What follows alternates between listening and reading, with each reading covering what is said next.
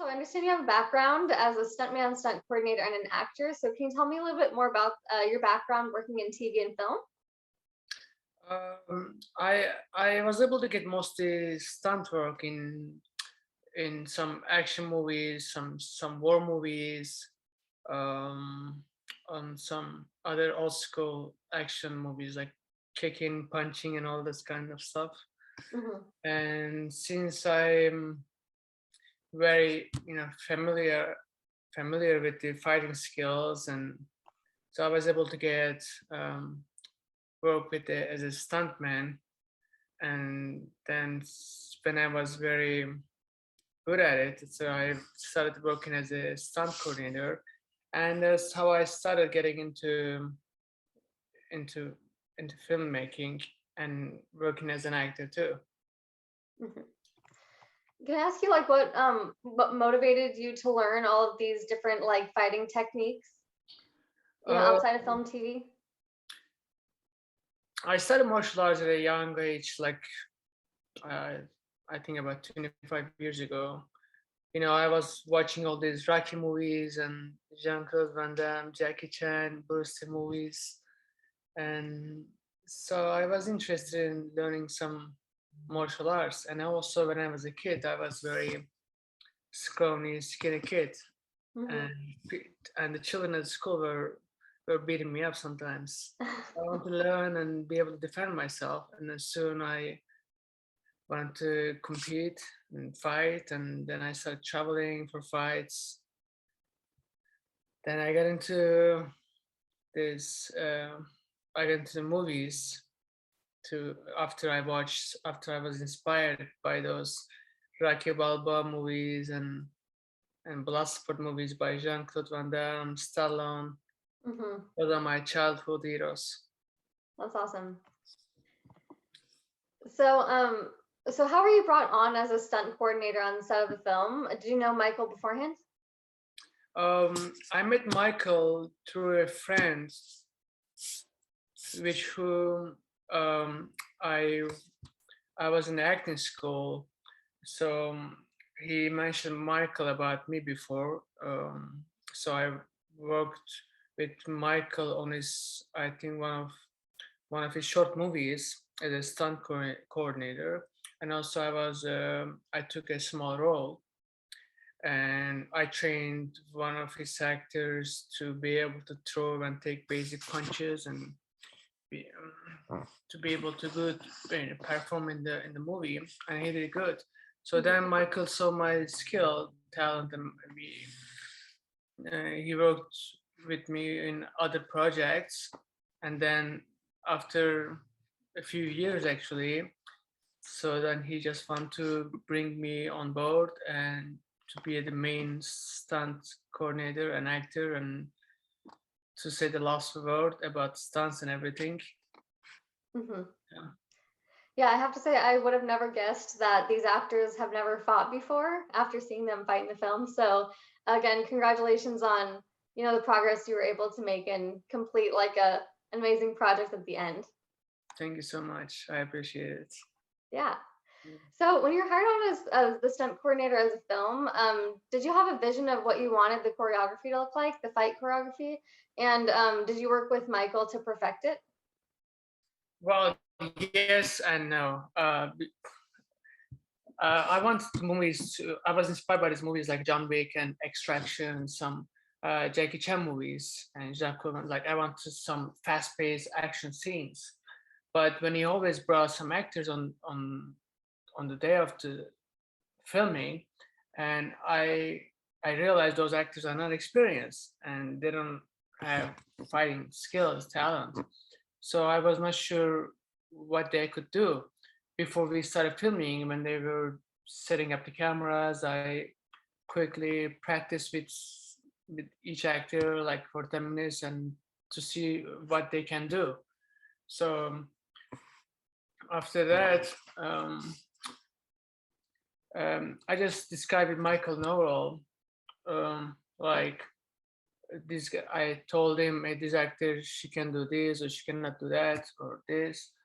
Then then he made the call and like saying, okay, just make her throw a few punches and then gets hit a couple times and just kill her. I'm like, okay, how do you want me to kill her? You want me to kill her with knife or with a gun or just crack an egg? And he's like, I don't know, do something. And I'm like, okay, let's try this. Let's try this. Then whatever he liked, whatever looked good on the camera, whatever the actor did good, then we picked that one. Hmm. Eventually, they all died. Right. Spoiler, Yeah. but yeah.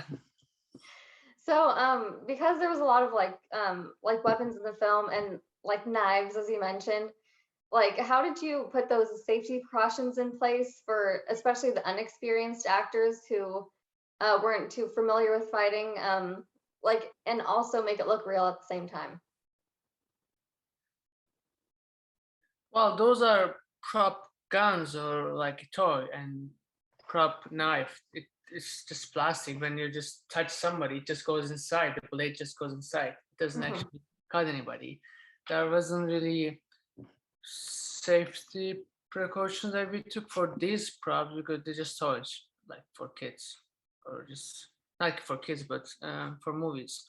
But for falls, we put some mats on the floor or some padding on the elbows or knees or the back of the actors to want to do some little falls or stunts. But usually, since people were not experienced on these falls and like nothing in this action, right? So we did really basic stuff with them. Except me, I did the most falls or some light or some tough guys, little falls, and that Hmm. was it. But most of the things I did. And Chris did stunts. He threw himself without mask. He threw himself all over, and I thought he was gonna get hurt, but he did good. Yeah, he's very dedicated. That is amazing.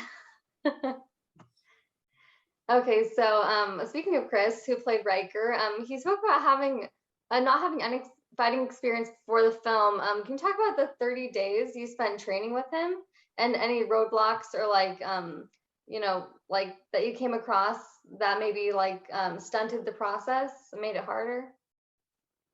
Um, yeah. Well, Chris had no experience before, but he's a talented person. So he's a good listener. He and he's hard worker. Hmm. So he was able to show up almost every day at the same time. We practiced at the gym, and during this pandemic, when the gym was closed, we trained at the park. When Michael was there sometimes, so a lot of things um, we practice whether we're using the movie or not. But first, since we never trained before, we want to train like a fighter first, like he is gonna actually fight in real life, like on the ring. Hmm. It's the idea, he gets the movement, he gets this confidence of being a fighter, because I think that's a good way to be able to fake it. Once you are a good puncher or kicker, then it's easier for you to fake it.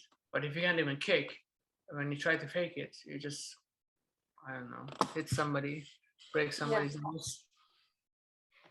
After that, we adjusted our technique like in the movies, like in the real life, uh, your hands are up when you're fighting because you get hit for real. But in the movie, of course, you got to show your face on the camera. So we adjusted it. We just lower the hands, lower the guards. We practice being able to take punches. Well, I didn't hit him for real to be able to make him see Hmm. how it takes, but then we practice those. But first, the movement, the footwork, the stability on the ground when he's punching, when he's landing good, like for real, and then the movie punches and kicks. Yeah. Cool. That's awesome. So you already talked about some films that inspired you, like to do the fighting choreography and the handler. But is there like any specific scene in one film that really like sticks in your head that when you're like training, you use that as sort of a way to create the scene? like in the film that you're working on? Well, there are actually several, but we are not able to do most of them because of the conditions, like tight, very tight, small area, because of the lightning and the budget, lack of enough experience of some stunt actors, given with the limited time, having no experience. Mhm. Um, but I like the fight scenes in the John Wick, the extraction. Of course, they have big budgets and they can drop helicopters and everything, all kind of stuff, and many more. But as for actually fight scene, I like the fight scenes between the actors Scott Adkins and Jean-Claude Van Damme in one of his movies. I don't remember the exact name. I Mhm. think it could be Universal Soldier, and one some scenes, or not actually the whole scene, but maybe just techniques like kicks from other movies of Jean-Claude Van Damme, like Time Cop, The Quest. There are so many, but I don't know who can do what, and most of them they can't. I was the only one who could do almost everything. So we kept my fight scene very long, but Mhm. I wish everybody could do all the punches like in the movie Taken, like all those punches, speed, the coordination. Yeah. Right. Okay, cool. So, so you were not only a stunt coordinator, but you also played Lucas. So can you tell me, like who Lucas is from your perspective? Well, Lucas used to be Riker's very close friend, and he was actually dating Riker's sister, Mhm. who someday got involved in the same business as Riker did by the same boss after Riker introduced him to his boss. But then Lucas betrayed his friend. He loved money, and then he's basically sold his friend. He just wanted to come back to kill Riker to listen to his boss. Mhm. Well, not something I would do in real life, but playing the bad character was fun, and I did look like one in the movie, I think. Yeah, I did. And when you were training Riker in the film, what do you think it was the same as when you were training Chris, like to prepare for the film?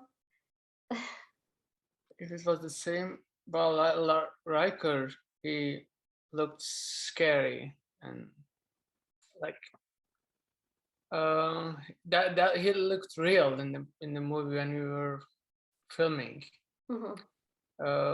He did all the in this tight small area.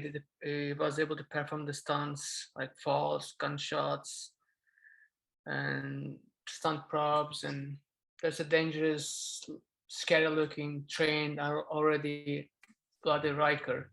You Mhm. know, he throws punches, takes hits, falls so hard and quick that I thought like when I'm you know in a fight choreography with Riker, if I do a mistake, if I forget the choreography, if I forget to slip, duck from his punches, I feel like I'm not gonna get a second chance. He's just Mhm. gonna. But he was stronger than me. Like I'm a fighter. I'm lighter weight. I thought he would just knock me out if I actually forget to slip his punches. So we had to be very well focused, and so we could go home at the end of the day. And but it's more different than training. uh, it is when we had to put everything on the line. We just had to throw, and we didn't mind getting hurt or something. We just throw each other on the ground. Awesome. Well, can you talk about your big fight scene with Chris? So you talked about it a little bit, but did you like come across any challenges? Because there was one difficult scene where Lucas was trying to drown Chris in a bathtub, and Chris talked a little bit about that, and he was talking about how it was safe. But can you talk about like some of the bigger stunts like that? Bigger stunts. Um, the bigger stunts was, I think, yeah, when he lifted me and he threw me on the ground, and when I did a flying kick and on the floor. I think they were the big stunts. Like we didn't even. I mean, I'm used to getting hurt. I'm a fighter. I fight all my life, so I didn't worry about it. But as for stunts, they were, I think, serious stunts, and especially for Chris, when he was throwing himself on the floor, taking my hits. Um, I think they were challenging. Got it. So, what did you like the most about playing Lucas? I think I like being. I just had to be me, angry, aggressive, asshole. I like playing the bad guy. I didn't have to worry about how I look, how my appearance. I didn't have to worry about my accent. Mhm. Look like a typical mobster with an accent.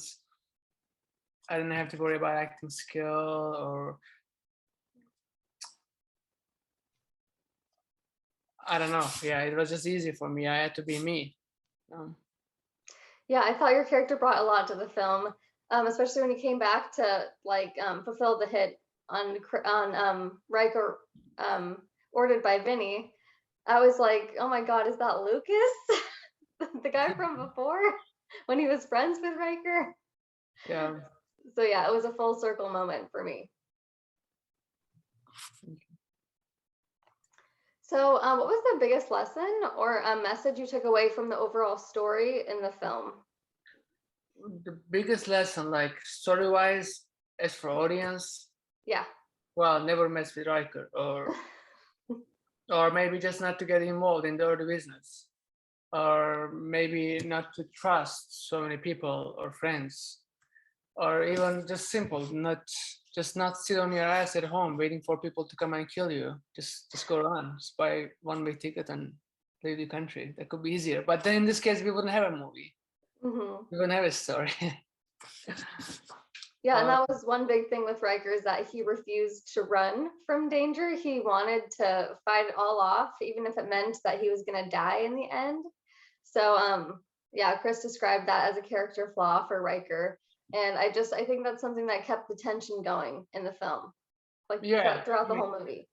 yeah. I mean, the message for the audience is easy. Just don't stay at home and wait for people to come and kill you. It's so risky. Just run away. But in this case, we're not gonna be able to make a movie.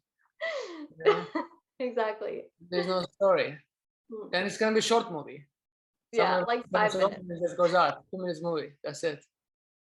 Yeah, we'll see Riker buying a train ticket, and then he just goes, and that's the end. Yeah, exactly. So, do you have a favorite memory on set of The Handler? I think some of the fight scenes were funny actually. Um, I think that was with one of the actors that made me laugh a lot, like the fight with Missoliti, the big guy whose arm Riker broke, Hmm. and then how he died. Like he just stumbled and then sat on the couch when he died. Favorite memories. Mm. I think my Michael says that's a wrap. And you're done with the hard work. Yeah, then we can go home Hmm. with no injuries. Yeah, so what was the best feedback you received after the film was released? Mm. I think that people usually thought. I think somebody said the fight scenes were like old school mm, movies, like old school movies, and I looked like young and skinny Jean-Claude Van Damme. I took Hmm. it in a couple of months. It's nice. He was my childhood hero, and the others. That's awesome. That's good feedback. Yeah. And last question, what was your favorite moment working with Michael on set? Well, when I realized he got satisfied with the fight scenes and enough of violence in his action movie, there were good moments. And some other favorite movies are memories are like playing chess with Michael between set breaks, camera setups, or after lunch. You Mhm. know, we play chess during the set a lot. it's like a fight game. You have to be smart and plan ahead of time, but it doesn't require anything physical. And so Michael wanted to get involved, and we played chess a lot of times. Hmm. That's awesome. That's really fun. That's Yeah, it. Sounds like you guys had a good experience. Just like overall, it was like a friendly atmosphere on set. yeah, it was fun. There were good days during those lockdowns and restrictions, this pandemic. Hmm. Yeah, Right. those were my highlights from that year.